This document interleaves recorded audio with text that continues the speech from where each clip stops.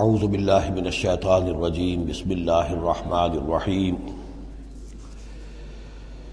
یا ایھا الذین آمنوا لا تحرموا طیبات ما احل اللہ لکم ولا تعتدوا ان اللہ لا يحب المعتدین صدق اللہ العظیم۔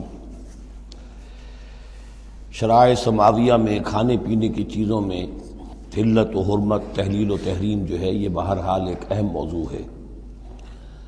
یہ موضوع آپ کو یاد ہوگا سورہ بقرہ سے چل رہا ہے مسلسل، کہ مشرکانہ اوہام کی وجہ سے ان کے ہاں بہت سی چیزوں کے بارے میں نسل بعد نسل کچھ چیزیں ذہنوں میں بیٹھ گئی تھیں کہ یہ چیزیں حرام ہیں، اور یہ کہ اس قسم کی چیزیں جو ہیں پھر ذہنوں سے، دلوں سے، مزاجوں سے نکلنے میں بہت وقت لیتی ہیں اور بار بار جو ہے اس کی طرف توجہ دلانی پڑتی ہے۔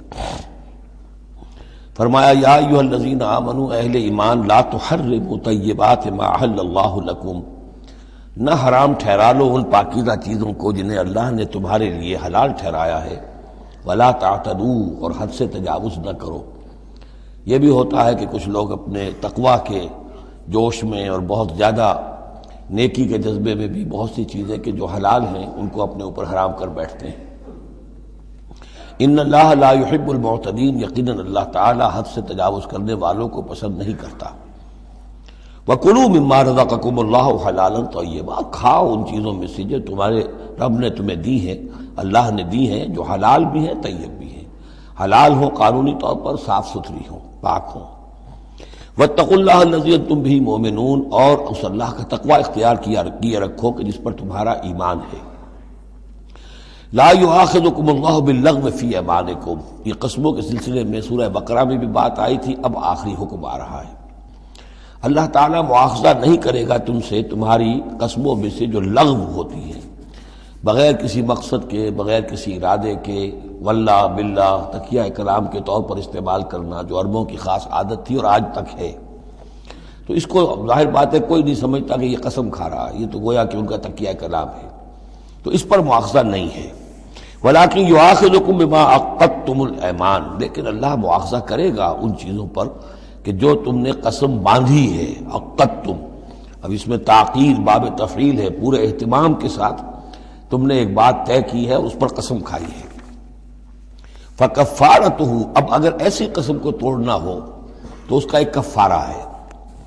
فَكَفَّارَتُهُ إِطْعَامُ عَشَرَةِ مَسَاكِينَ مِنْ أَوْسَطِ مَا تُطْعِمُونَ أَهْلِيكُمْ، اس کو کھانا کھلانا ہے 10 مساکین کو، محتاج کو، وہ اوسط کھانا کہ جو تم اپنے گھر والوں کو کھلاتے ہو۔ او کسوتہم، یا پھر ان کو کوئی کپڑا دینا ہے۔ او تحریر رقبہ، یا تیسری شکل یہ ہے کہ کسی غلام کو آزاد کرنا ہے۔ فمن لم یجد، اور اگر کسی کے پاس ان تینوں کی کوئی صورت موجود نہ ہو، کوئی بالکل فقیر ہے اور بالکل اس کے پاس کچھ نہیں ہے، مفلس ہے، فصیام ثلاثۃ ایام، تو 3 دن کے وہ روزے رکھے۔ ذالک کفارۃ ایمانکم اذا حلفتم، یہ کفارہ ہے تمہاری قسموں کا جب کہ تم وہ قسم کھا بیٹھو۔ واحفظوا ایمانکم، اور اپنی قسموں کی حفاظت کرو۔ کذالک، اس کا مطلب یہ نہیں کہ لازماً ان کو برقرار رکھو، یعنی کہ قسم اگر ایسی ہے کہ جو کھولنی ہے، توڑنی ہے، جذبات میں کھا بیٹھے ہیں تو کفارہ دو، یہ بھی اس کی حفاظت میں آ گیا۔ واحفظوا ایمانکم کذالک یبین اللہ لکم آیاتہ لعلکم تشکرون، اس طرح اللہ تعالیٰ تمہارے لیے اپنی آیات کو واضح فرما رہا ہے تاکہ تم شکر کرو، حق ادا کرو۔ یا ایھا الذین آمنوا، اب یہ شراب اور جوئے کے بارے میں بھی آخری حکم۔ یا ایھا الذین آمنوا انما الخمر والمیسر والانصاب والازلام رجس من عمل الشیطان فاجتنبوہ لعلکم تفلحون، اہل ایمان، یقیناً شراب اور جوا اور بت اور پانسے یہ سب گندے کام ہیں، شیطان کے عمل میں سے ہیں۔ فاجتنبوہ، تو اس سے بچ کر رہو، لعلکم تفلحون، تاکہ تم فلاح پاؤ۔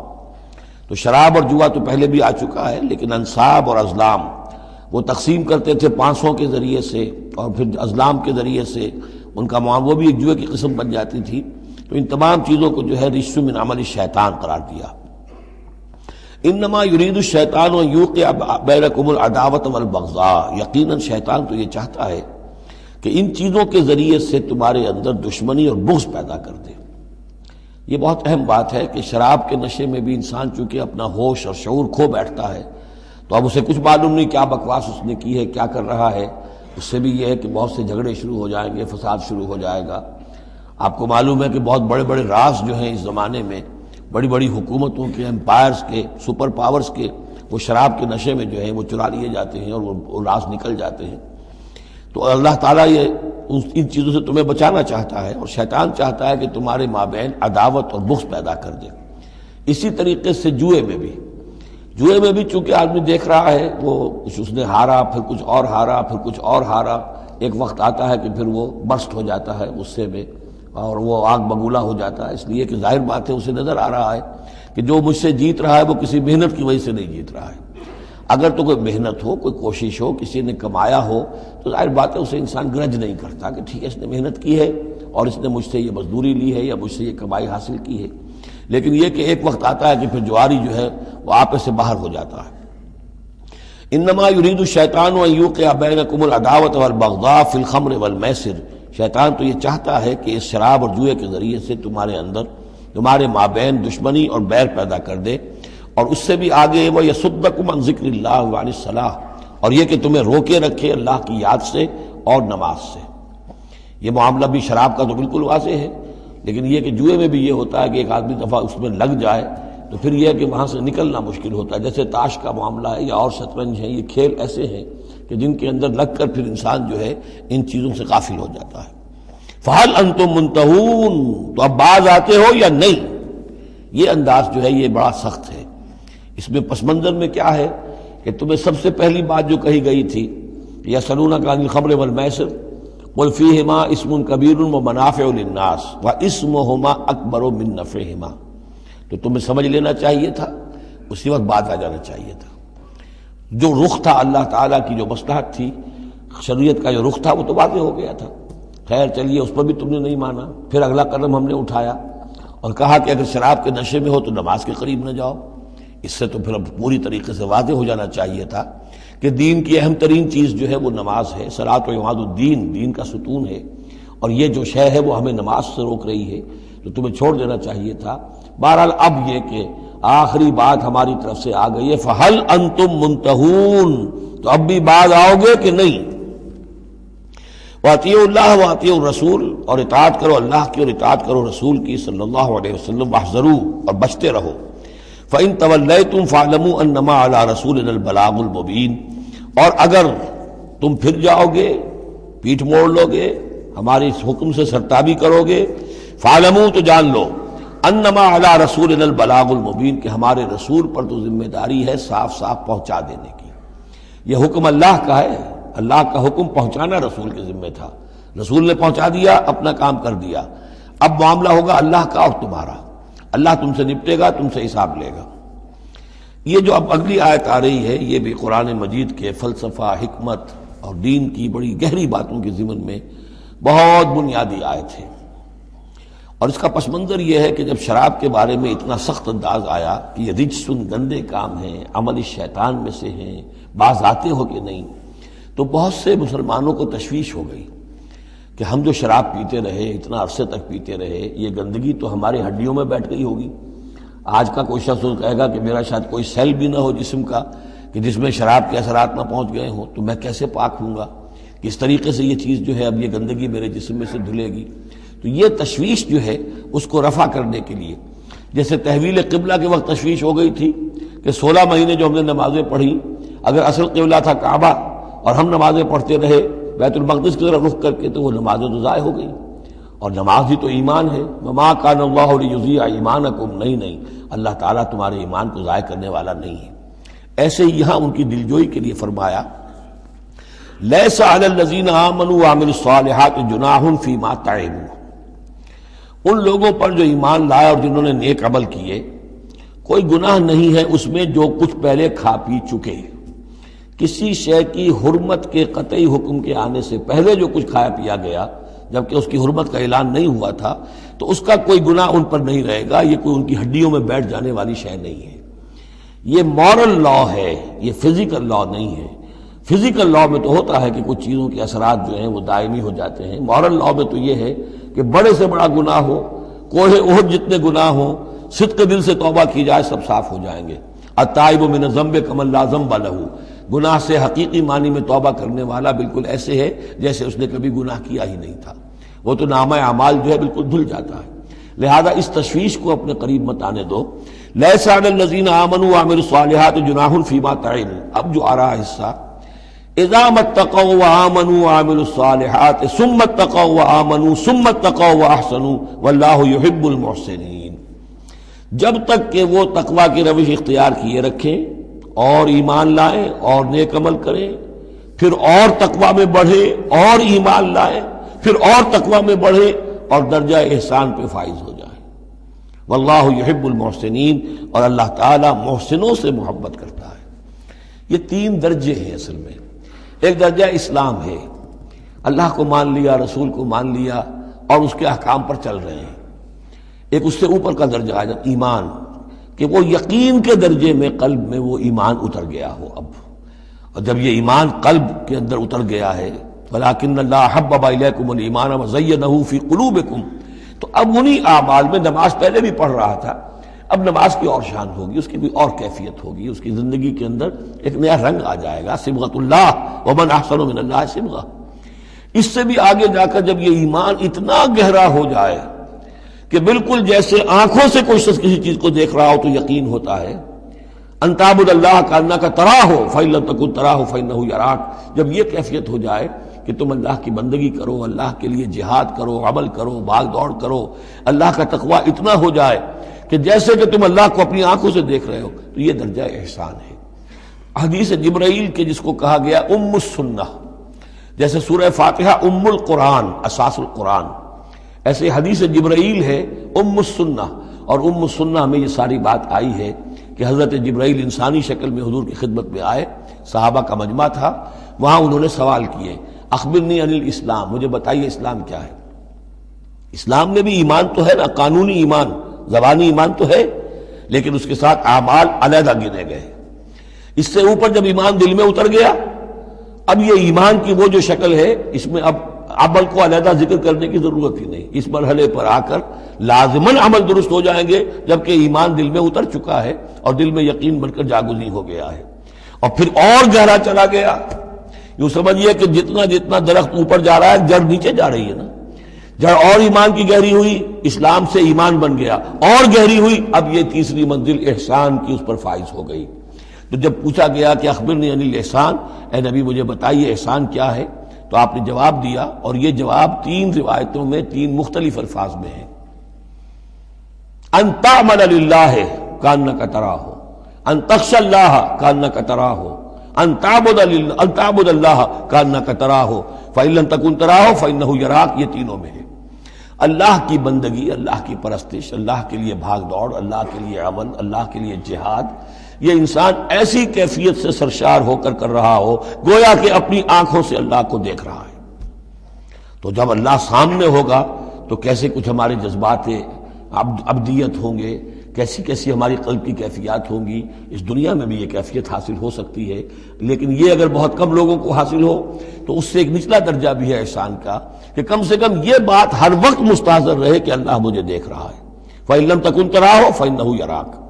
تو یہ تین درجے ہیں جو یہاں آئے، کہ ایک بیس لائن ہے لیس علی الذین آمنوا وعملوا الصالحات، یہ بیس لائن ہے، جناح فیما طعموا اذا ما اتقوا۔ اصل میں ایک کتاب مولانا مودودی صاحب کی ہے، تحریک اسلامی کی اخلاقی بنیادیں، اور بڑی اچھی کتاب ہے، اسلام، ایمان، احسان، لیکن ساتھ ہی تقوی، چار الفاظ انہوں نے لیے ہیں اور چار مراتب قرار دیے ہیں۔ اس میں سے تشریحات تو ساری ٹھیک ہیں، لیکن میں ترتیب کے اعتبار سے اس آیت کی روح سے میرے نزدیک اس میں ایک اصلاح کی ضرورت ہے۔ تقوی کوئی مقام نہیں ہے، تقوی وہ اسپرٹ ہے، ڈرائیونگ اسپرٹ، جو دھکا دیتی رہے گی اور اوپر اٹھائے گی۔ چنانچہ تقوی کی یہاں کی تکرار ہو رہی ہے کہ بیس لائن سے تقوی نے اوپر آپ کو کیا، اب آپ اذا ما اتقوا وآمنوا وعملوا الصالحات، آپ کے ایمان اور عمل صالح میں اور رنگ پیدا ہو گیا۔ ثم اتقوا، پھر تقوی اور بڑھا، تقوی نے آپ کو اور اوپر اٹھایا۔ ثم اتقوا وآمنوا، پھر اب وہ ایمان یقین والا ایمان حاصل ہو گیا۔ اب یہاں عمل صالح کے علیحدہ ذکر کی ضرورت ہی نہیں، جب دل میں ایمان اتر گیا تو حضور نے فرمایا کہ الا ان فی الجسد مضغۃ اذا صلحت صلح الجسد کلہ واذا فسدت فسد الجسد کلہ، تو اس کے حوالے سے اب پورا کا پورا جسم ٹھیک ہو جائے گا۔ ثم اتقوا، پھر تقویٰ اور ہے تو اس کے نتیجے میں وَأَحْسَنُوا، درجہ احسان پر فائز ہو جائے انسان۔ اللہم ربنا اجعلنا منہم واللہ یحب المحسنین، اللہ اپنے ایسے محسن بندوں کو، درجہ احسان تک پہنچ جانے والے بندوں کو، جیسا کہ اس سے پہلے آیا تھا ابو وسمو، ایک غلط راستہ ہے کہ اندھے ہو گئے بہرے ہو گئے، اللہ نے پھر ڈھیل دی اور اندھے ہو گئے اور بہرے ہو گئے، اللہ نے اور ڈھیل دی اور اندھے ہو گئے اور بہرے ہو گئے، ایک وہ ہے، اور ایک راستہ یہ ہے، اسلام ہے، ایمان ہے، احسان ہے، اور تقویٰ جو ہے اس میں درجہ بدرجہ انسان کو ترقی دلاتا جا رہا ہے۔ یا ایھا الذین آمنوا لیبلونکم اللہ بشیء من الصید تنالہ ایدیکم ورماحکم لیعلم اللہ من یخافہ بالغیب، کیونکہ اس سورہ مبارکہ کے شروع میں آئی تھی یہ آیت کہ جب تم احرام کی حالت میں ہو تو تم شکار نہیں کر سکتے، تو اب اللہ تعالیٰ کی ایک سنت ہے، وہ آزماتا ہے، سخت ترین امتحان لیتا ہے۔ فرض کیجئے کہ ایک قافلہ جا رہا ہے بیچارے حاجیوں کا، اور انہوں نے احرام باندھا ہوا ہے، کوئی شے نہیں ہے، کھانے کے لیے کچھ نہیں ہے، لیکن اب جو ہے ہرن صاحب جو ہے اٹکیلیاں کرتے ہوئے قریب آ رہے ہیں، اور وہ پکڑ نہیں سکتے، قتل نہیں کر سکتے، احرام میں ہیں، بھوک بھی ہے، لیکن یہ کہ چاہے تو ذرا سا نیزہ مارے تو ہرن کو پکڑ کو جو ہے وہ شکار کر لیں، یا ویسے ہی بھاگ کر پکڑ لیں، لیکن یہ کہ اس کی اب ان کو اجازت نہیں ہے۔ تو اللہ تعالیٰ ایسا کرتا تھا، فرمایا یا ایھا الذین آمنوا، اہل ایمان، لیبلونکم اللہ، لازماً اللہ تمہیں آزمائے گا، بشیء من الصید، شکار کے ذریعے سے، تنالہ ایدیکم ورماحکم، جن کو کہ پا لیں گے آسانی سے تمہارے ہاتھ اور تمہارے نیزے، لیعلم اللہ من یخافہ بالغیب، تاکہ اللہ دیکھ لے کہ کون ہے وہ لوگ کہ جو غیب میں ہوتے ہوئے بھی اللہ سے ڈرتے رہتے ہیں، کہ موقع ہے، بھوک بھی ہے، ہرن بھی بالکل پاس ہے، بالکل قابو میں ہے، جیسے چاہیں شکار کر لیں، لیکن ہاتھ بندھے ہوئے ہیں اس لیے کہ احرام باندھا ہوا ہے۔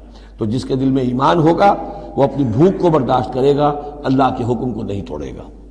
فمن اہتدی بعد ذلک، اب کسی سے غلطی ہو گئی، تجاوز کر بیٹھا، بھوک کا غلبہ زیادہ تھا، فلہ عذاب علیم، اس کے لیے دردناک عذاب ہے۔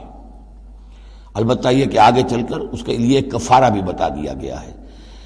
یا ایھا الذین آمنوا لا تقتلوا الصید وانتم حرم، دیکھو اہل ایمان، جب تم احرام کی حالت میں ہو تو کسی شکار کو قتل مت کرو۔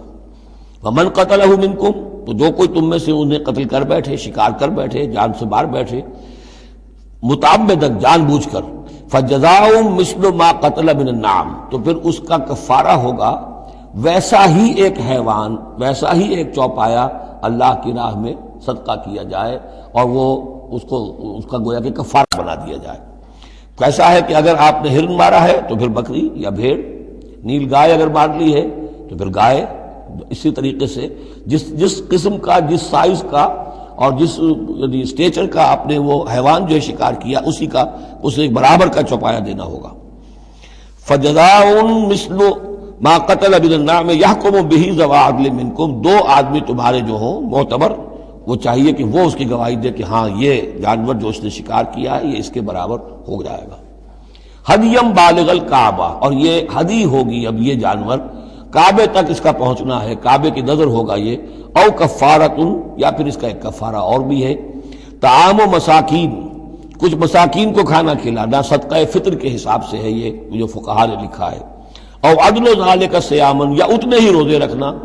وہ بھی دیکھنا ہوگا کہ جانور جو تھا، بکری تھی، ہرن تھا، کتنے آدمی اس کو کھا سکتے تھے، اتنے آدمیوں کو کھانا کھلاؤ، یا پھر اتنے دن کے جو ہے وہ عدل ذالک صیامن روزے رکھو، لیذوق وبال امرہ، تاکہ وہ اپنے کیے کا کی سزا جو ہے وہ پالے۔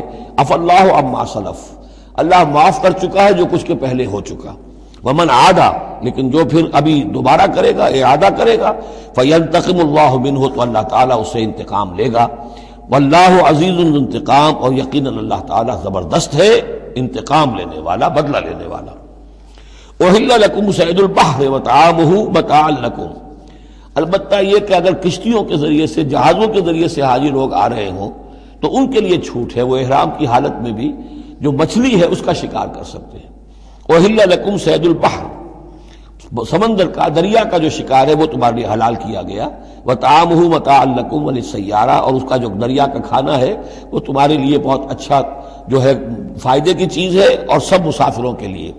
اور آج آپ کو معلوم ہے کہ یہ سی فوڈ جو ہے یہ دنیا میں کس قدر یعنی اب معروف بھی ہے، محبوب بھی ہے، مقبول بھی ہے، اور بہت سی برائیوں سے اور بیماریوں سے بچانے والا بھی ہے۔ سی فوڈ یہ تو اب ایک بڑا سمجھیے کہ پوری دنیا کے اندر غذا کا ایک نیا خزانہ ہے کہ جو سامنے آیا لوگوں کے۔ تو فرمایا وَطَعَامُهُ مَتَاعًا لَكُمْ وَلِلسَّيَّارَةِ، اس کا جو طعام ہے جو سمندر کے اندر اللہ نے پیدا کیا ہوا ہے، مچھلیاں ہیں یا اور کوئی اسی طریقے کی اللہ نے تمہارے لیے کھانے کی چیزیں پیدا کی ہیں۔ وَحُرِّمَ عَلَيْكُمْ صَيْدُ الْبَرِّ مَا دُمْتُمْ حُرُمًا، لیکن خشکی پر شکار کرنا تمہارے لیے جب تک کہ تم احرام میں ہو حرام کر دیا گیا۔ وَاتَّقُوا اللَّهَ الَّذِي إِلَيْهِ تُحْشَرُونَ، اور اللہ کا تقوی اختیار کیے رکھو جس کی طرف کہ تمہیں لازماً جمع کر دیا جائے گا، لے جائے جاؤ گے گھیراؤ کر کے۔ جعل اللہ الکعبۃ البیت الحرام قیاما للناس، اللہ تعالیٰ نے کعبے کو جو بیت الحرام ہے، بزرگی والا گھر ہے، اسے لوگوں کے قیام کا باعث بنا دیا ہے۔ والشہر الحرام، اور شہر حرمت والا شہر بھی اللہ تعالیٰ نے معین کیا ہے۔ والہدیہ، اور قربانی کے جانور، ان کا بھی ذکر ہو چکا ہے اس سورت کے شروع میں۔ والقلائد، اور وہ جانور جن کے گلوں میں پٹے ڈال دیے گئے ہوں نشانی کے طور پر کہ یہ کعبے کے لیے ہدی کے جانور ہیں، یہ سب اللہ تعالیٰ کی طرف سے ہے، اس کی توثیق ہو رہی ہے۔ یعنی یہ کوئی تمہاری جاہلیت کی روایات نہیں ہے، یہ چیزیں جو ہیں کعبے کی حرمت اور عظمت، اسی طریقے سے شہر حرام، اسی طریقے سے ہدی کے جانور، اور وہ کہ جن کے گلوں میں پٹے پڑے ہوئے ہوں ہدی کے جانور ہونے کے اعتبار سے۔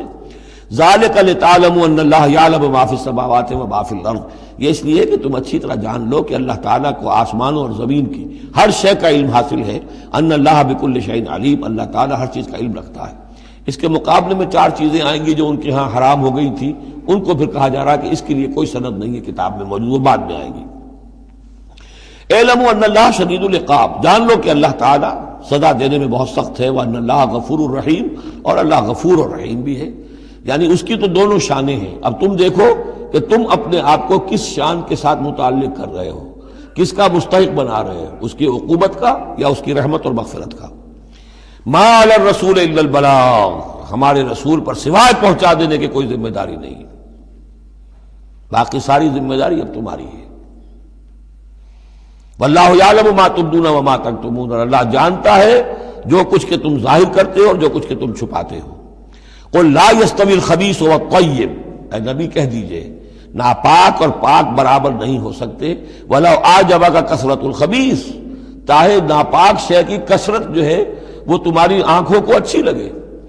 آدمی تو چاہتا ہے بہتات ہونی چاہیے بس ہر چیز کی، ناجائز حرام سے آیا ہوا مال ہو، جمع ہو گیا ہے، اچھا لگے گا آپ کو، ہے خبیث ہو۔ تو خبیث اور طیب برابر نہیں ہو سکتے، چاہے کثرت جو ہے خبیث کی وہ جو آنکھوں کو چکا چوندھ تو کرتی ہے، نظر کو خیرہ کرتی ہے، چمک تہذیب حاضر کی۔ فاتقوا اللہ یا اولی الالباب لعلکم تفلحون، تو اللہ کا تقوی اختیار کرو اے ہوش مندو تاکہ تم فلاح پاؤ۔ یا ایھا الذین آمنوا لا تسألوا عن اشیاء ان تبد لکم تسؤکم، اہل ایمان ان چیزوں کے بارے میں سوال نہ کرو کہ وہ اگر تم پر کھول دی جائیں، واضح کر دی جائیں تو تمہیں اچھی نہیں لگیں گی، تمہیں بری لگیں گی۔ بعض چیزوں کی طرف سے اللہ تعالیٰ نے خود خاموشی اختیار کی ہوتی ہے، خام خواہ سوال کر کر کے اور اس کو اپنے اوپر جو ہے ذمہ داری کو بڑھا لینا، یہ بھی ایک جو خاص قسم کی مذہبی ذہنیت ہوتی ہے، کھودنے کریدنے کی اور بال کا کھال اتارنے کی، اس کا نتیجہ یہ نکلتا ہے۔ چنانچہ حج کے بارے میں جب آیت نازل ہوئی وَلِلَّهِ عَلَى النَّاسِ حِجُّ الْبَيْتِ مَنِ اسْتَطَاعَ إِلَيْهِ سَبِيلًا، یہ سورہ آل عمران میں ہم پڑھ آئے ہیں۔ تو ایک صاحب کھڑے ہو گئے کہ حضور کیا ہر سال فرض ہے؟ حضور نے سوال سن لیا لیکن سنا انسنا کر دیا، دوسری طرف رخ کر لیا۔ اب وہ ادھر تشریف لے آئے، حضور کیا ہر سال فرض ہے؟ حضور نے پھر جو ہے اس سے اغماض برتا، پھر آپ نے رخ موڑ لیا، تیسری مرتبہ پھر آپ ناراض ہوئے کہ دیکھو اگر میں ہاں کہہ دوں تو قیامت تک کے لیے ہر سال حج فرض ہو جائے گا۔ جس چیز کے اندر اللہ تعالیٰ نے اجمال رکھا ہے اس میں تمہاری اس میں بہتری ہے، جو شخص ہر سال کر سکتا ہو کرے، لیکن یہ کہ فرضیت جو ہے اس کے ساتھ ہر سال کی قید اللہ نے نہیں لگائی۔ تم سوال کر کے اپنے لیے تنگی پیدا کر لو، جیسے وہ گائے کے بارے میں کیسا رنگ ہو اور کیا اس کی عمر ہو اور کیسی گائے ہو، یہ ساری چیزیں اسی طرح کی ہیں۔ لیکن یہ کہ ان تسألوا عنہا حین ینزل القرآن تبد لکم، اگر تم سوال کرو گے جبکہ ابھی قرآن کا نزول جاری ہے تو وہ ظاہر کر دی جائے گی۔ اللہ تعالیٰ نے اپنی حکمت کے تحت اس کے اوپر پردے ڈالے ہوئے ہیں. وہ سمجھتا ہے کہ اس میں تمہارے لیے تنگی ہو جائے گی، بہت زیادہ ہو جائے گا، لیکن اگر سوال کرو گے تو پھر وہ ظاہر کر دی جائے گی. عفا اللہ عنہا، اللہ تعالیٰ نے اس میں درگزر سے کام لیا ہے، تو پر نرمی کی ہے. یہ کسی نسیان کی وجہ سے نہیں ہے، بھول کی وجہ سے نہیں ہے، غلطی کی وجہ سے نہیں ہے، معاذ اللہ. واللہ غفور رحیم غفور حلیم، اللہ غفور ہے اور حلم والا ہے. قد سألها قوم من قبلکم ثم اصبحوا بها کافرین، تم سے پہلے کی قوم یہ اہل کتاب جو ہے اسی قسم کے سوال کرتے رہے اور پھر یہ کہ وہ اس کے انکار کرنے والے بن گئے. اب یہاں وہ چار چیزیں بھی آ رہی ہیں کہ جو ان کے ہاں بہت زیادہ مقدس ہو گئی تھی. ما جعل اللہ من بحیرۃ ولا صائبۃ ولا وسیلۃ ولا حام. وہاں کیا تھا؟ جعل اللہ الکعبۃ البیت الحرام قیاما للناس والشہر الحرام والہدی والقلائد. یہ چار چیزیں ان کی توثیق ہو گئی کہ یہ تو واقعتاً اللہ کی شریعت کے اجزاء ہیں، ان کا احترام اور ان کی حرمت کو ملحوظ رکھنا لازم ہے. یہ چار چیزیں یہ تمہارے جاہلیت کے دور کے جو مشرکانہ اوہام ہیں ان کی یادگاریں ہیں، اس کے لیے اللہ کی طرف سے کوئی سند نہیں ہے. ان چیزوں کے بارے میں بہت سے اقوال ہیں، لیکن میں یہاں آپ کو پڑھ کر سنا رہا ہوں کہ جو حضرت سعید ابن المسیب رحمۃ اللہ علیہ کی تفسیر صحیح بخاری میں جو ان الفاظ کی آئی ہے وہ مولانا شبیر احمد عثمانی صاحب نے اپنے حواشی میں نقل کی ہے. بحیرہ جس جانور کا دودھ بتوں کے نام کر دیتے تھے کوئی اپنے کام میں نہ لاتا تھا. صائبہ جو جانور بتوں کے نام پر ہمارے زمانے کے سانڈ کی طرح چھوڑ دیا جاتا تھا. وسیلہ جو اونٹنی مسلسل مادہ بچہ جنے درمیان میں نر بچہ پیدا نہ ہو اسے بھی بتوں کے نام پر چھوڑ دیتے تھے. حامی نر اونٹ جو ایک خاص عدد سے جفتی کر چکا ہو اسے بھی بتوں کے نام پر چھوڑ دیتے تھے. تو ان کو چھوڑ دیتے تھے کہ اب یہ کسی کوئی ان کو ہاتھ نہ لگائے، کوئی ان سے استفادہ نہ کرے، نہ ان کا گوشت کھایا جا سکتا ہے، نہ ان سے کوئی خدمت لی جا سکتی ہے، یہ محترم ہو گئے. تو اس کے لیے فرمایا ما جعل اللہ من بحیرۃ ولا صائبۃ ولا وصیلۃ ولا حام ولکن الذین کفروا یفترون علی اللہ الکذب. بلکہ یہ تو وہ لوگ جنہوں نے کفر کیا وہ افتراء کرتے رہے ہیں، جھوٹ گھڑتے رہے ہیں، اللہ کے ذمے یہ باتیں لگاتے رہے ہیں. واکثرهم لا یعقلون، ان کی اکثریت جو ہے وہ عقل سے عاری ہے. وَإِذَا قِيلَ لَهُمْ تَعَالَوْا إِلَىٰ مَا أَنزَلَ اللَّهُ وَإِلَى الرَّسُولِ، اور جب ان سے کہا جاتا ہے آؤ اس چیز کی طرف جو اللہ نے نازل فرمائی اور آؤ اللہ کے رسول کی طرف. بمصطفیٰ برسا خیش را کے دی ہم اوست، اگر بہو نہ رسیدی تمام بولا بیست. قالوا حسبنا ما وجدنا علیہ آباءنا، وہ کہتے ہیں ہمارے لیے وہ کافی ہے جس پر ہم نے اپنے آباء و اجداد کو پایا ہے. ان کی روایت یہی ہے، ان کی رسومات یہی تھیں، وہ کوئی جاہل تھوڑا ہی تھے. آج تمہیں عقل آئی ہے، تم نے دین سمجھا ہے، یہ ہمارے بزرگ جو ہیں یہ اتنے عرصے سے یہ کام کرتے چلے آ رہے ہیں. یہی باتیں آج بھی آپ سنتے ہیں. کسی رسم کو آپ کہیں کہ بھائی کوئی سند نہیں ہے اس کی دین میں، نہ کہیں صحابہ کے یہاں اس کا وجود تھا، لیکن یہ کہ کوئی چھوڑنے کو تیار نہیں ہے. اولو کان آباؤہم لا یعلمون شیئا ولا یہتدون، خواہ ان کے آباء و اجداد جو ہیں ایسے رہے ہوں کہ نہ انہیں کوئی علم حاصل ہوا ہو نہ ہی وہ ہدایت پر ہوں. جیسے تم مخلوق ہو اللہ کی، وہ بھی مخلوق تھے. جیسے تم غلط کام کر سکتے ہو اور غلط آراء قائم کر سکتے ہو ویسے وہ بھی غلط کار ہو سکتے تھے. یا ایھا الذین آمنوا علیکم انفسکم لا یضرکم من ضل اذا اہتدیتم، یہ بھی بہت اہم آیت ہے اور اس کے ساتھ ایک واقعہ موجود ہے. لفظی ترجمہ یہ ہے کہ اے لوگو، اے وہ لوگو جو ایمان لائے ہو، تم پر ذمہ داری ہے صرف اپنی جان کی، اپنی ذات کی. لا یضرکم من ضل، جو گمراہ ہو جائے کوئی اور وہ تمہیں کوئی نقصان نہیں پہنچا سکتا. اذا اہتدیتم، جبکہ تم ہدایت پر ہو. الی اللہ مرجعکم جمیعا فینبئکم بما کنتم تعملون، اللہ ہی کی طرف تم سب کو لوٹ کر جانا ہے اور وہ تمہیں بتا دے گا جو کچھ کہ تم کرتے رہے تھے. اس آیت کا ایک غلط مفہوم جو ہے وہ دور صحابہ ہی میں سے بعض لوگوں نے نکال لیا کہ دعوت اور تبلیغ کی کوئی ذمہ داری نہیں ہے، ہر ایک پر ذمہ داری اپنی ہے. کوئی کیا کرتا ہے اس سے مجھے کیا بحث. دیکھو قرآن میں لکھا ہوا یا ایھا الذین آمنوا علیکم انفسکم، مجھے اپنا عمل درست رکھنا ہے. باقی کوئی اور غلط کام کرتا ہے میں خام خواہ اسے روکوں ٹوکوں ناراضی مول لوں، نہیں عن المنکر امر بالمعروف، اس کی کوئی ذمہ داری نہیں ہے. قرآن کہہ رہا ہے علیکم انفسکم لا یضرکم من ضل اذا اہتدیتم، اگر تم ہدایت کے اوپر ہوگے، صحیح راستے پر ہوگے تو کوئی کتنا ہی گمراہ ہو جائے اس کا تمہیں کوئی نقصان نہیں. تو حضرت ابوبکر رضی اللہ تعالیٰ عنہ نے پھر خطبہ دیا باقاعدہ کہ لوگوں میں دیکھ رہا ہوں کہ تم اس آیت کا مطلب غلط سمجھ رہے ہو. مطلب تو یہ ہے کہ تمہاری ساری تبلیغ اور کوشش امر بالمعروف نہی عن المنکر کے باوجود کوئی شخص گمراہ رہتا ہے تو اس کا تم پر کوئی وبال نہیں. یہ بار بار ہم پڑھ چکے ہیں. لا تسألوا عن اصحاب الجحیم، اے نبی آپ سے کوئی باز پرس نہیں ہوگی جہنمیوں کے بارے میں کہ یہ کیسے ہو گیا ہے محمد کہ ہم نے آپ کو بھیجا اور پھر بھی یہ قوم جو ہے جہنم میں چلی گئی.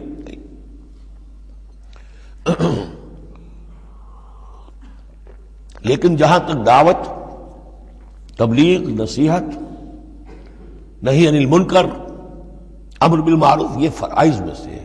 یہ فرض ساقط نہیں ہوتا اس آیت کی روح سے، بلکہ تمہاری ساری کوشش کے باوجود اب کوئی شخص ہے، والد ہے، بچہ فرض کیجئے اس کا کہیں آوارہ ہو گیا ہے، اپنی امکانی حد تک کوشش کیے جا رہا ہے، نہیں بچہ راستے پر آ رہا، تو ظاہر بات ہے کہ اللہ کے ہاں اگر اس نے پوری کوشش کی ہے، جد و جہد کی ہے، کوئی کوتاہی نہیں چھوڑی ہے اس میں، تو اب اس کا وبال اس پر تو نہیں آئے گا. لیکن اپنا فرض ادا کرنا لازم ہے. یا ایھا الذین آمنوا علیکم انفسکم لا یضرکم من ضل اذا اہتدیتم الی اللہ مرجعکم جمیعا فینبئکم بما کنتم تعملون. تو تم سب کو لوٹ کر جانا ہے اللہ ہی کی طرف اور پھر وہ تمہیں جتلا دے گا جو کچھ کہ تم کرتے رہے تھے. یا ایھا الذین آمنوا شہادۃ بینکم اذا حضر احدکم الموت حین الوصیۃ اثنان ذوی عدل منکم. اہل ایمان تمہارے مابین شہادت کا نصاب، جبکہ تم میں سے کسی کی موت کا وقت آ جائے اور وہ وصیت کر رہا ہو تو دو معتبر اشخاص کا ہونا چاہیے. جو وصیت کر رہا ہے، اور ظاہر بات ہے کہ وصیت ایک تہائی سے زیادہ میں نہیں ہو سکتی، لیکن کسی کی زیادہ بڑی جائیداد ہے تو ایک تہائی کی بات بھی تو بڑی ہو سکتی ہے. تو وصیت کے وقت دو گواہ ضرور بنا لو کہ یہ وصیت کی گئی. او آخران من غیرکم، اور وہ جو گواہ ہیں وہ تمہارے لوگوں میں سے ہونے چاہیے، خاندان میں سے، اس آبادی میں سے، قبیلے میں سے، جو معروف ہوں، جانتے ہوں. او آخران من غیرکم، لیکن ایک شکل ہو سکتی ہے ان انتم ضربتم فی الارض، اگر تم زمین میں سفر پر نکلے ہوئے ہو اور وہاں موت کی، فاصابتکم مصیبت الموت، وہاں سفر کی حالت میں تم پر موت کا یہ واقعہ جو ہے یہ واقع ہو جاتا ہے، یہ مصیبت موت واقع ہو جاتی ہے. اس صورت میں او آخران من غیرکم، تو دو گواہ ہو سکتے ہیں، وہ تمہارے غیر بھی ہو سکتے ہیں، کسی غیر قوم کے، غیر قبیلے کے. لیکن یہ کہ بہرحال جب عام حالات میں اپنے گھر میں، اپنی بستی میں، اپنے خاندان ہی میں رہتے ہوئے جبکہ کوئی شخص انتقال کر رہا ہے تو اسے وصیت میں گواہ اپنے لوگوں میں سے، رشتہ داروں میں سے، قرابت داروں میں سے دو معتبر آدمیوں کو بنانا چاہیے. تحبسونہما من بعد الصلاۃ، اب اس کے بعد جب یہ کہ اس کا انتقال ہو گیا تو اب یہ کہ وصیت کا مسئلہ آئے گا. لوگ پوچھیں گے کیا واقعی یہ وصیت جو ہے اس شخص کی ہے؟ تو اب ان دونوں کو روکو، کھڑا کرو، من بعد الصلاۃ، نماز کے بعد. مسجد ہے، نماز پڑھی ہے، اب وہ دونوں کھڑے ہو جائیں. فیقسمان باللہ، پھر انہیں چاہیے کہ اللہ کی قسم کھائیں. ان ارتبتم، اگر تمہیں کوئی ان کے بارے میں شک ہو کہ کہیں یہ وصیت کو بدل نہ دیں، کہیں ان سے غلطی نہ ہو جائے، تو ان سے قسم کھلوا لو. حلف کی بنیاد پر وہ اپنا جو ہے وہ وہاں پر شہادت دیں گے. اور پھر انہیں کہنا چاہیے لا نشتری بہ ثمنا، ہم اس کی کوئی قیمت وصول نہیں کریں گے، کوئی ناجائز فائدہ اس سے نہیں اٹھائیں گے. ولو کان ذا قربا، چاہے کوئی قرابت داری کا معاملہ ہو، کسی کے حق میں ہم کوئی ناانصافی نہیں کریں گے. ولا نکتم شہادت اللہ، اور نہیں ہم چھپائیں گے اللہ کی گواہی کو. اب گواہی جو ہے اتنی عظیم شے ہے کہ شہادت اللہ کہا گیا، اللہ کی گواہی، اللہ کی طرف سے امانت ہے. انا اذا لمن العاصمین، اگر ہم ایسا کریں گے تو ہم یقیناً گناہ گار ہوں گے. فإن عثر على انہم استحقا اسما، پھر اگر یہ خبر ہو، یہ شک ہو، یہ اطلاع ملے کہ ان دونوں نے تو گناہ کمایا ہے، جھوٹ بولا ہے، حلفیہ بیان بھی غلط دیا ہے، وصیت میں ترمیم کی ہے، وصیت کو بدل دیا ہے، اس کے باوجود کہ نماز کے بعد حلف اٹھا کر یہ بات کر رہے ہیں. آخر انسان ہے، ہر معاشرے میں ہر طرح کا انسان ہر وقت موجود رہتا ہے. فآخران یقومان مقامہما، تو اب دو اور لوگ کھڑے ہوں جو کہ ان کی جگہ پر اب کھڑے ہوں. من الذین استحق علیہم الاولیان، کہ جن کے حق کو تلف کیا ہے ان پہلوں نے، وہ کھڑے ہوں گے اب کہ ہمارا حق یہ لوگ تلف کر رہے ہیں، وصیت کے اندر انہوں نے خیانت کی ہے.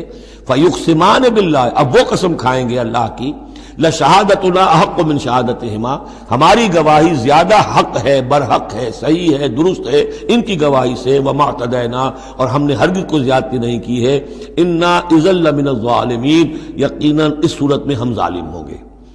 ذالک ادنا، یہ طریقہ کار قریب تر ہے اس سے، ان یاتوا بالشہادۃ علی وجہہا، کہ لوگ شہادت کو بالکل صحیح فیس ویلیو پر پیش کریں، کیونکہ انہیں یہ معلوم ہوگا کہ ہم نے جھوٹی قسم کھا بھی لی، تب بھی جو دوسرا فریق ہے وہ بھی اگر قسم اٹھا گیا تو ہماری وہ جھوٹی قسم جو ہے وہ بھی ضائع ہو جائے گی، لہذا وہ پھر اس کی ہمت نہیں کریں گے۔ یہی معاملہ ہے کہ جو آئے گا، اگر کوئی کسی شخص کو اپنی بیوی کے اوپر شک ہے، شک کیا اس نے دیکھا ہے بدکاری کرتے ہوئے، تو وہ اگر 4 مرتبہ قسم کھا کر کہے کہ جو میں کہہ رہا ہوں میں نے دیکھا ہے اور اس نے یہ بدکاری کی ہے، تو وہ 4 گواہوں کے برابر ہو جائے گی ایک شخص کی گواہی۔ لیکن یہ کہ اس کا جواب بھی یہ ہے کہ بیوی بھی اگر 4 مرتبہ قسم کھا کر کہہ دے کہ یہ جھوٹ بول رہا ہے، مجھ پر تہمت لگا رہا ہے، تو اس کی جو گواہی ہے وہ ساقط ہو جائے گی۔ تو یہ دونوں طرف سے اللہ تعالیٰ نے بیلنس کیا ہے کہ تاکہ یہ دونوں امکانات موجود رہیں۔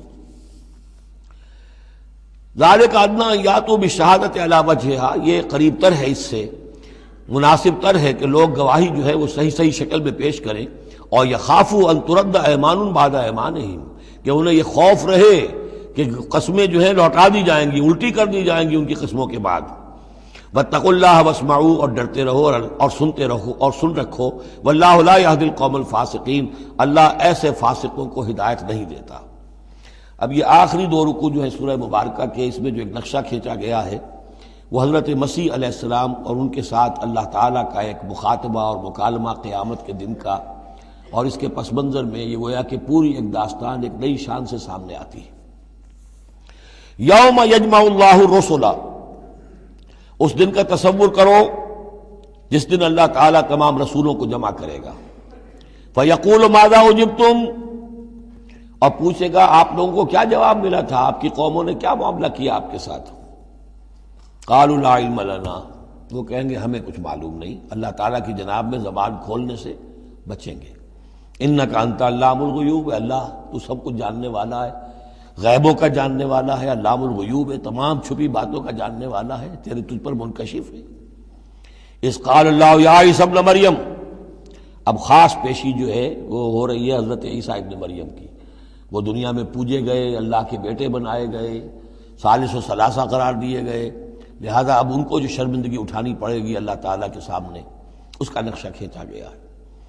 اذ قال اللہ یا عیسی ابن مریم اذکر نعمتی علیک، اور جب کہے گا اللہ تعالیٰ کہ اے مریم کے بیٹے عیسیٰ ذرا میرے ان انعامات کو یاد کرو جو تم پر ہوئے، وعلی والدتک، اور تمہاری والدہ پر ہوئے، اذ ایدتک بروح القدس، جبکہ میں نے تمہیں مدد پہنچائی، تائید کی تمہاری روح القدس سے، جبرائیل کے ذریعے سے، تکلم الناس فی المہد وکہلا، تم نے گفتگو کی لوگوں کے ساتھ، پگھوڑے میں بھی، گود میں بھی، انفینسی میں بھی، اور کہلن، اور پوری طریقے سے جوان اور پورے طریقے سے ایک ایڈلٹ کی حیثیت سے بھی۔ وَإِذْ عَلَّمْتُكَ الْكِتَابَ وَالْحِكْمَةَ وَالتَّوْرَاةَ وَالْإِنْجِيلَ، اب وہ الفاظ آگے آل عمران والے، اور یاد کرو ہمارے اس احسان کو جب میں نے تمہیں سکھائی کتاب بھی اور حکمت بھی، یعنی تورات بھی اور انجیل بھی، درمیان کا واو یعنی کے معنی میں آئے گا، واو تفسیر۔ وَإِذْ تَخْلُقُ مِنَ الطِّينِ كَهَيْئَةِ الطَّيْرِ بِإِذْنِي، اور یاد کرو جب کہ تم بناتے تھے گارے سے پرندے کی ایک شکل میرے حکم سے، فَتَنفُخُ فِيهِ فَتَكُونُ طَيْرًا بِإِذْنِي، پھر تم اس میں پھونک مارتے تھے تو وہ ایک اڑتا ہوا پرندہ ہو جاتا تھا میرے حکم سے۔ وَتُبْرِئُ الْأَكْمَحَ وَالْأَبْرَصَ بِإِذْنِي، اور تم اچھا کر دیتے تھے مادرزاد اندھے کو بھی اور کوڑھی کو بھی میرے حکم سے۔ وَإِذْ تُخْرِجُ الْمَوْتَىٰ بِإِذْنِي، اور جب کہ تم مردے کو کھڑا کر دیتے تھے، چلنے والا بنا دیتے تھے، بِإِذْنِي، میرے حکم سے۔ وَإِذْ كَفَفْتُ بَنِي إِسْرَائِيلَ عَنْكَ، اور یاد کرو میرے اس احسان کو کہ میں نے بنی اسرائیل کے ہاتھ روک لیے تم سے، ان کے ہاتھ تم تک نہیں پہنچنے دیے۔ یہ وہی واقعہ ہو گیا کہ حضرت مسیح گرفتار نہیں ہوئے۔ حضرت مسیح کو عین اس وقت جب کہ وہ پولیس والے داخل ہوئے باغ میں، 4 فرشتے اترے ہیں اور لے کر آسمان پر چلے گئے۔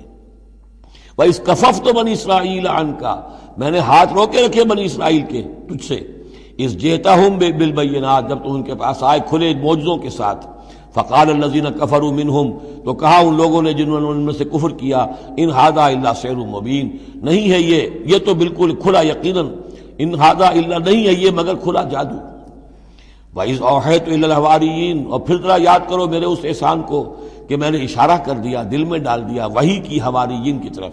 یہ وحی خفی، حواریین کو ظاہر بات ہے وحی جلی جو ہے، وحی نبوت تو نہیں آ سکتی، لیکن جیسے کہ شہد کی مکھی کے لیے وحی کا لفظ آ گیا ہے، آسمانوں کو وحی کی اللہ تعالیٰ نے، تو یہ وحی خفی ہے.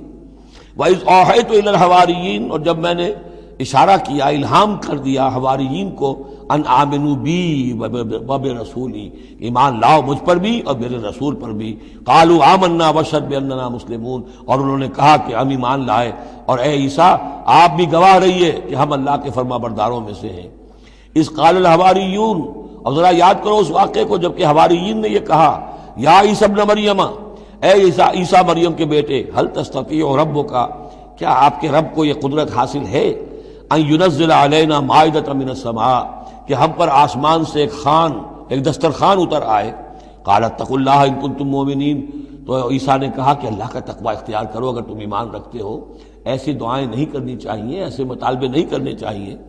قالوا نريد ان ناكل منها، انہوں نے کہا نہیں، ہم چاہتے ہیں کہ آسمان سے ایک خوان اترے اور اس میں ہمارے لیے غذا ہو اور ہم اس میں سے کھائیں.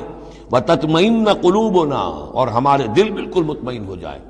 یعنی وہ ایسی بات ہو گئی جیسے حضرت ابراہیم نے کہا تھا ارنی کیف تحیی الموتیٰ، اس طرح کا کوئی مشاہدہ وہ بھی مانگ رہے تھے. وَنَعْلَمَ، اور ہمیں یہ معلوم ہو جائے پوری طریقے سے، ان قد صدقتنا، کہ آپ نے جو باتیں بھی ہم سے کہی ہیں بالکل سچی ہیں، کسی شک و شبے کی کوئی گنجائش نہیں. وَنَكُونَ عَلَيْهَا مِنَ الشَّاهِدِينَ، اور ہم ان تمام باتوں پر پورے گواہ بن جائیں، ہمیں وہ یقین کامل حاصل ہو جائے کہ پھر ہم آپ کی جانب سے جب تبلیغ کریں لوگوں کے اندر تو ہمارے اپنے دل میں کہیں کسی شک و شبے کا کوئی کانٹا چبھا ہوا باقی نہ رہ گیا ہو.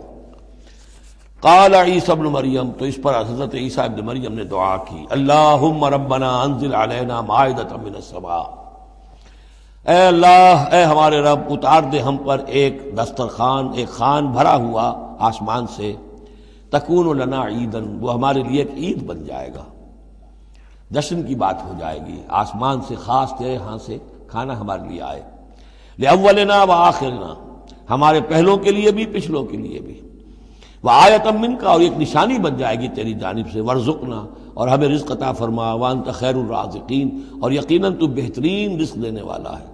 قال اللہ، اللہ نے جواباً ارشاد فرمایا، انی منزلها علیکم، ٹھیک میں نازل کر دوں گا وہ تم پر، فمن یکفر بعد منکم، لیکن پھر اس کے بعد جو کوئی کفر کی روش اختیار کرے گا، فانی اعذبہ عذابا لا اعذبہ احد من العالمین، تو پھر اس کو میں وہ عذاب دوں گا جو تمام جہانوں میں کسی اور کو نہیں دوں گا. یعنی جب اس طرح کا خرق عادت کوئی چیز دکھا دی جائے، کھلا معجزہ، پھر رعایت نہیں ہوتی. چنانچہ قوموں کا معاملہ یہی تھا. قوم سمود نے مطالبہ کیا حضرت صالح علیہ السلام سے کہ ابھی اس چٹان میں سے ایک گابن جو اونٹنی برآمد ہو جانی چاہیے، وہ اونٹنی جو ہے برآمد ہو گئی، لیکن اب رعایت نہیں تھی. اب اگر ایمان نہیں لاؤ گے تو اب کہہ دیا گیا چند دن ہے تم بس ہو گے، اب اس کے بعد ختم ہو جاؤ گے. اس لیے کہ اس قسم کی نشانیاں دکھانے کے بعد پھر وہ رعایت نہیں رہتی، مہلت ختم ہو جاتی ہے. یہ بات بہت تفصیل سے آئے گی سورہ شعراء میں کہ اے نبی یہ جو آپ سے نشانیاں مانگ رہے ہیں اور ہم نہیں دکھا رہے، یہ ان کی خیر خواہی میں، اگر جس قسم کی نشانی یہ مانگ رہے ہیں وہ ہم دکھا دیں گے تو ان کی مہلت ابھی ہمیں ختم کرنی ہوگی، پھر ان کو مزید رعایت نہیں دی جا سکے گی. اور اس قسم کے معجزے دیکھ کر پہلے بھی کوئی ایمان نہیں لایا، نہ یہ لائیں گے. اندر جو فساد ہے نیت کا وہ کہاں انہیں ماننے دے گا. نہ قوم صالح نے مانا، حالانکہ ان کو اپنی نگاہوں کے سامنے انہوں نے ایسا معجزہ دیکھ لیا. حضرت عیسیٰ کے معجزوں کو یہودیوں نے نہیں مانا، جادو قرار دیا. تو معجزے سے ایمان تو کوئی لایا نہیں سوائے وہ جادوگر جو تھے حضرت موسیٰ علیہ السلام سے جن کا مقابلہ ہوا تھا. باقی یہ کہ عام قوم جو ہے، فرعون تو ایمان نہیں لایا، فرعون کے جو درباری ہیں وہ ایمان نہیں لائے. تو اس لیے یہ جو ہوتا ہے کہ اگر کوئی اس قسم کی نشانی دکھا دی جائے تو یہ اصل میں پھر لوگوں کے لیے اس اعتبار سے ان کے خلاف جا پڑتی ہے کہ ابھی اللہ کچھ اور مہلت دیتا، کچھ اور ڈھیل دیتا، کچھ اور لوگ سمجھ لیتے، کچھ اور لوگوں کو ایمان کی توفیق مل جاتی اور وہ سلسلہ بند ہو جاتا ہے. قال اللہ انی منزلها علیکم فمن یکفر بعد منکم، میں نازل تو کر دوں گا تم پر وہ، لیکن پھر اس کے بعد جو کوئی بھی تم میں سے کوئی کفر کی روش اختیار کرے گا، ناشکری کرے گا، فإنی اعذبہ عذابا لا اعذبہ احد من العالمین، تو پھر اس کو عذاب وہ دوں گا جو تمام جہانوں میں کسی اور کو نہیں دوں گا. وَإِذْ قَالَ اللَّهُ يَا عِيسَى ابْنَ مَرْيَمَ، اب یہ آخری ڈراپ سین ہے اس کا اور بہت سخت ہے یہ. اور جب کہے گا اللہ تعالیٰ اے مریم کے بیٹے عیسیٰ اَأَنْتَ قُلْتَ لِلنَّاسِ اتَّخِذُونِي وَأُمِّيَ إِلَٰهَيْنِ مِن دُونِ اللَّهِ، کیا تم نے کہا تھا لوگوں سے کہ مجھے اور میری ماں کو بھی الہ بنا لینا، معبود بنا لینا اللہ کے سوا، تم نے کہا تھا؟ قال سبحانک، حضرت عیسیٰ فرمائیں گے، عرض کریں گے اللہ تو پاک ہے، ما یکون لی ان اقول ما لیس لی بحق، میرے لیے کیسے ممکن تھا کہ میں وہ بات کہتا جس کے کہنے کا مجھے کوئی حق حاصل نہیں۔ ان کنت قلتہ فقد علمتہ، اگر میں نے وہ بات کہی ہوتی تو پروردگار وہ تیرے علم میں ہوتی۔ تعلم ما فی نفسی، تو جانتا ہے جو کچھ میرے جی میں ہے، ولا اعلم ما فی نفسک، میں تو نہیں جانتا جو تیرے جی میں ہے۔ انک انت علام الغیوب، یقیناً تو تمام غیبوں کا جاننے والا ہے، حقیقت تیری نگاہ کے سامنے تو موجود ہے۔ ما قلت لہم، میں نے ہرگز ان سے کچھ نہیں کہا، الا ما امرتنی بہ، مگر وہی کچھ جس کا کہ تو نے مجھے حکم دیا تھا، ان اعبدوا اللہ ربی و ربکم، اور وہ یہی بات تھی کہ میں نے ان سے یہی کہا تھا کہ پرستش کرو اور بندگی کرو اللہ کی جو میرا بھی رب ہے اور تمہارا رب ہے، مجھ بھی رب ہے۔ وکنت علیہم شہیدا ما دمت فیہم، اور میں تو ان کے اوپر جب تک ان میں موجود تھا ان کا نگران تھا، ان کے اوپر میں ان کی دیکھ بھال کر رہا تھا۔ یہاں یہ خبردار ہونا نگرانی کرنے کے معنی میں ہے۔ وکنت علیہم شہیدا ما دمت فیہم فلما توفیتنی، جب تو نے مجھے اٹھا لیا، اب یہاں بھی توفیتا موت کے معنی میں نہیں ہے، انی متوفی کا، وہ یاد رکھ لیجیے ساری بحث جو میں کل کر چکا ہوں۔ جب تو نے مجھے اٹھا لیا، کنت انت الرقیب علیہم، تو اس کے بعد تو ظاہر ہے کہ تو ہی نگران تھا ان پر، وانت علی کل شیء شہید، اور یقیناً تو ہر چیز پر نگران ہے، ہر چیز پر گواہ ہے، ہر چیز سے باخبر ہے۔ ان تعذبہم فانہم عبادک، اگر تو انہیں عذاب دے تو وہ تیرے بندے ہیں، تجھے کل اختیار حاصل ہے، جس طرح چاہے عذاب دے۔ وَإِن تَغْفِرْ لَهُمْ، اور اے اللہ اگر تو انہیں بخش دے، فَإِنَّكَ أَنْتَ الْعَزِيزُ الْحَكِيمُ، تو زبردست ہے، حکمت والا ہے۔ یہ بہترین انداز ہے، میں درخواست بھی ہے، معافی کی درخواست بھی ہے، وہ اپنی شفقت رافت نوع انسانی کے حق میں انبیاء کے اندر جو ہوتی ہے، لیکن اس سے آگے بڑھ کے بھی نہیں کہہ سکتے۔ مقام عبدیت یہی ہے، العبد عبد وان ترقى والرب رب وان تنزل، اختیار تیرا ہے۔ ان تعذبهم فانهم عبادك، اے اللہ تو اگر انہیں عذاب دے تو تیرے بندے ہیں، تیری مخلوق ہیں۔ وان تغفر لهم، اور اگر تو معاف فرمانا چاہے تو تجھ سے تو کوئی بات پرس نہیں کر سکتا، کوئی جواب طلبی نہیں کر سکتا کہ تو نے کیسے معاف کر دیا۔ وان تغفر لهم فانك انت العزیز الحکیم، تجھے ہر اختیار حاصل ہے، تو زبردست ہے، حکمت والا ہے۔ قال اللہ ھذا یوم ینفع الصادقین صدقہم، اللہ فرمائیں گے، اب جیسے میں نے ڈراپ سین کہا تھا، یہ پوری پیشی جو ہے اس کا آخری نقشہ کیا ہوگا؟ اللہ فرمائے گا یہ آج کا دن وہ ہے جس دن سچوں کو ان کی سچائی فائدہ پہنچائے گی۔ قال اللہ ھذا یوم ینفع الصادقین صدقہم، ان کا صدق ان کے حق میں مفید ہوگا۔ لہم جنات تجری من تحتہا الانہار خالدین فیہا ابدا، ان کے لیے باغات ہیں جن کے دامن میں ندیاں بہتی ہوں گی، ان میں وہ ہمیشہ ہمیشہ رہیں گے، فیہا ابدا۔ رضی اللہ عنہم ورضوا عنہ، اللہ ان سے راضی ہو گیا اور وہ اللہ سے راضی ہو گئے۔ یہ آخری مقام ہے، رضامندی باہمی، اللہ تم سے راضی، تم اللہ سے راضی۔ رضی اللہ عنہم ورضوا عنہ، ذالک الفوز العظیم، اور یہی ہے بہت بڑی کامیابی۔ للہ ملک السماوات والارض، اللہ ہی کے لیے ہے آسمانوں اور زمین کی بادشاہی، وما فیہن، اور جو بھی ان سب میں ہے اس کی بادشاہی، اس کا اختیار اسی کے ہاتھ میں ہے۔ وہو علی کل شیء قدیر، اور وہ ہر چیز پر قادر ہے۔ یہاں اللہ کے فضل و کرم سے سورہ انعام، سورہ مائدہ ختم ہوئی، نوٹ کر لیجئے، سورہ نساء پر پہلی منزل ختم ہو گئی تھی۔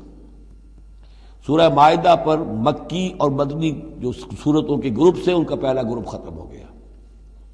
ایک مکی سورت سورہ فاتحہ، اگرچہ حجم میں بہت چھوٹی، مانن بہت عظیم، پورے قرآن کے ہم وزن۔ وَلَقَدْ آتَيْنَاكَ سَبْعًا مِنَ الْمَثَانِي وَالْقُرْآنِ الْعَظِيمِ، یہ سورہ ہجر میں آیت پڑھیں گے اور اس کے بارے میں یہی رائے ہے مفسرین کی کہ یہ سورہ فاتحہ کے بارے میں۔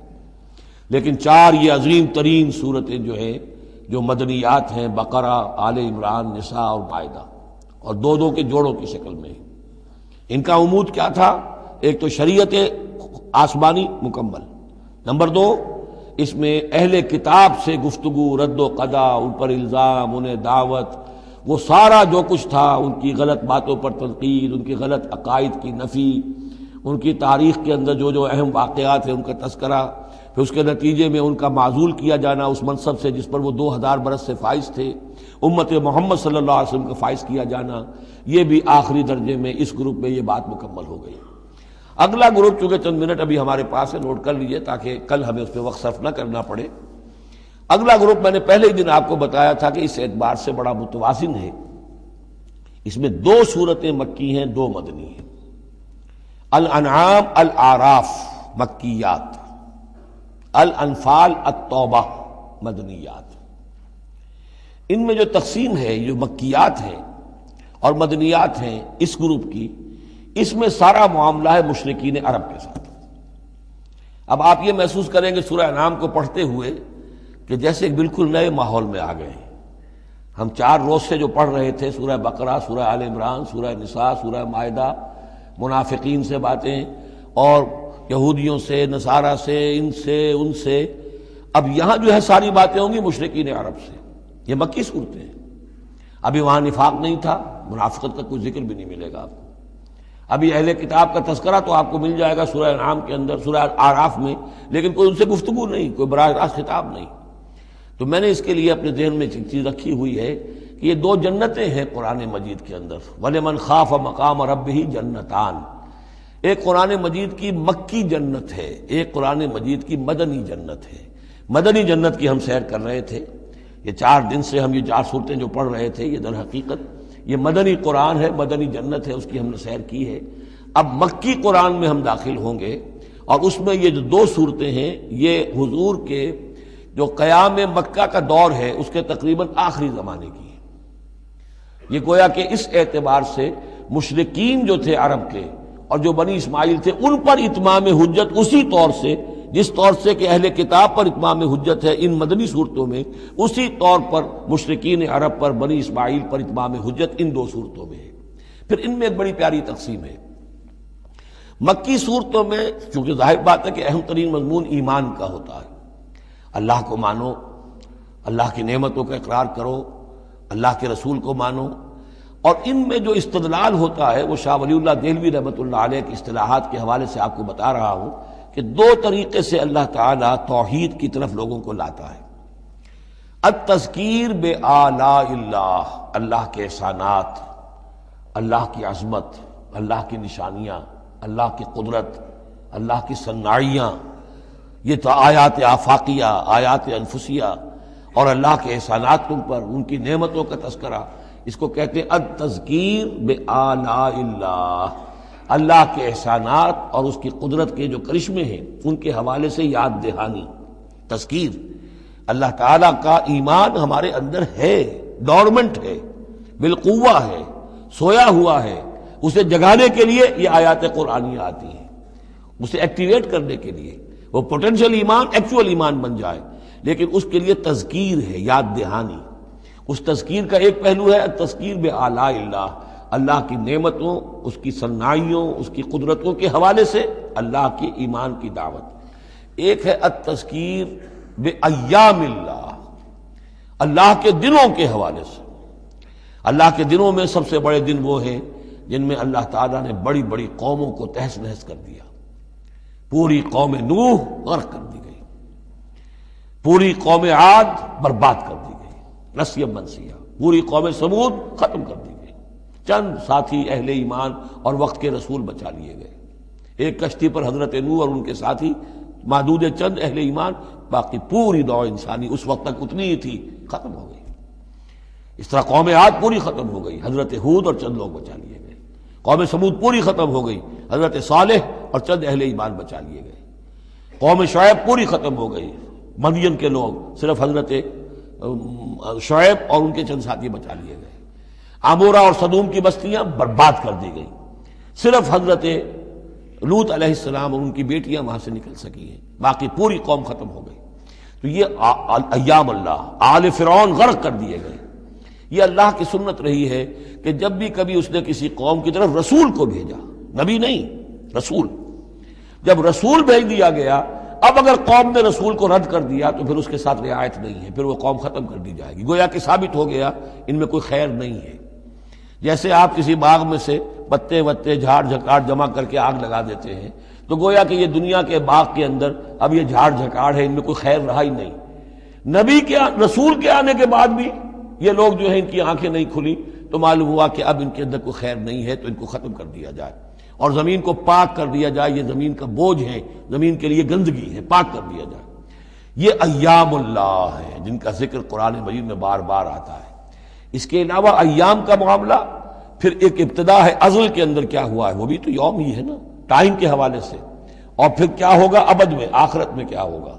یہ جو ہے سلسلہ تخلیق اور ازلی حقائق، اور پھر یہ کہ بعث بعد الموت، اور پھر کیا ہونا ہے عالم برزخ میں، اور پھر کیا ہونا ہے عالم آخرہ میں، اور پھر کیا ہوگا وہاں پر اصحاب جنت بھی ہوں گے، اصحاب جہنم بھی ہوں گے، اور وہ بھی ہوں گے کہ جو درمیان میں ہوں گے، تو یہ تمام چیزیں جو ہے یہ آئیں گی سورہ اعراف کے اندر۔ تو یہ تقسیم ہے توحید کے موضوع پر، یہ دونوں صورتیں بہت جامع، لیکن اول سورہ انعام کے اندر التذکیر بآلاء اللہ، اور ثانیاً سورہ اعراف اس میں آئے گی التذکیر بایام اللہ، اس کا سب سے بڑا مضمون جو ہے وہ اس پر مشتمل ہے۔ انشاءاللہ تعالی کل ہم اس کا مطالعہ شروع کریں گے، اور اس کے بارے میں ایک روایت یہ بھی ہے اس سورہ انعام کے بارے میں کہ یہ پوری سورت ایک ہی وقت میں نازل ہوئی ہے۔ سورہ بقرہ کی آیات مختلف اوقات میں نازل، سورہ مائدہ اسی طریقے سے، لیکن یہ سورت پوری کی پوری بیک وقت نازل ہوئی ہے، اور الفاظ یہ آتے ہیں کہ 70,000 فرشتوں کے جلوں میں حضرت جبرائیل علیہ السلام اس سورت کو لے کر اترے، اور یہ پوری سورہ انعام ایک ہی نشست میں، یوں سمجھیے ایک ہی تنزیل کے اندر یہ جوں کی توں اسی طرح پوری کی پوری اتری ہے۔ بارک اللہ لی ولکم فی القرآن العظیم ونفعنی وإیاکم بالآیات والذکر الحکیم۔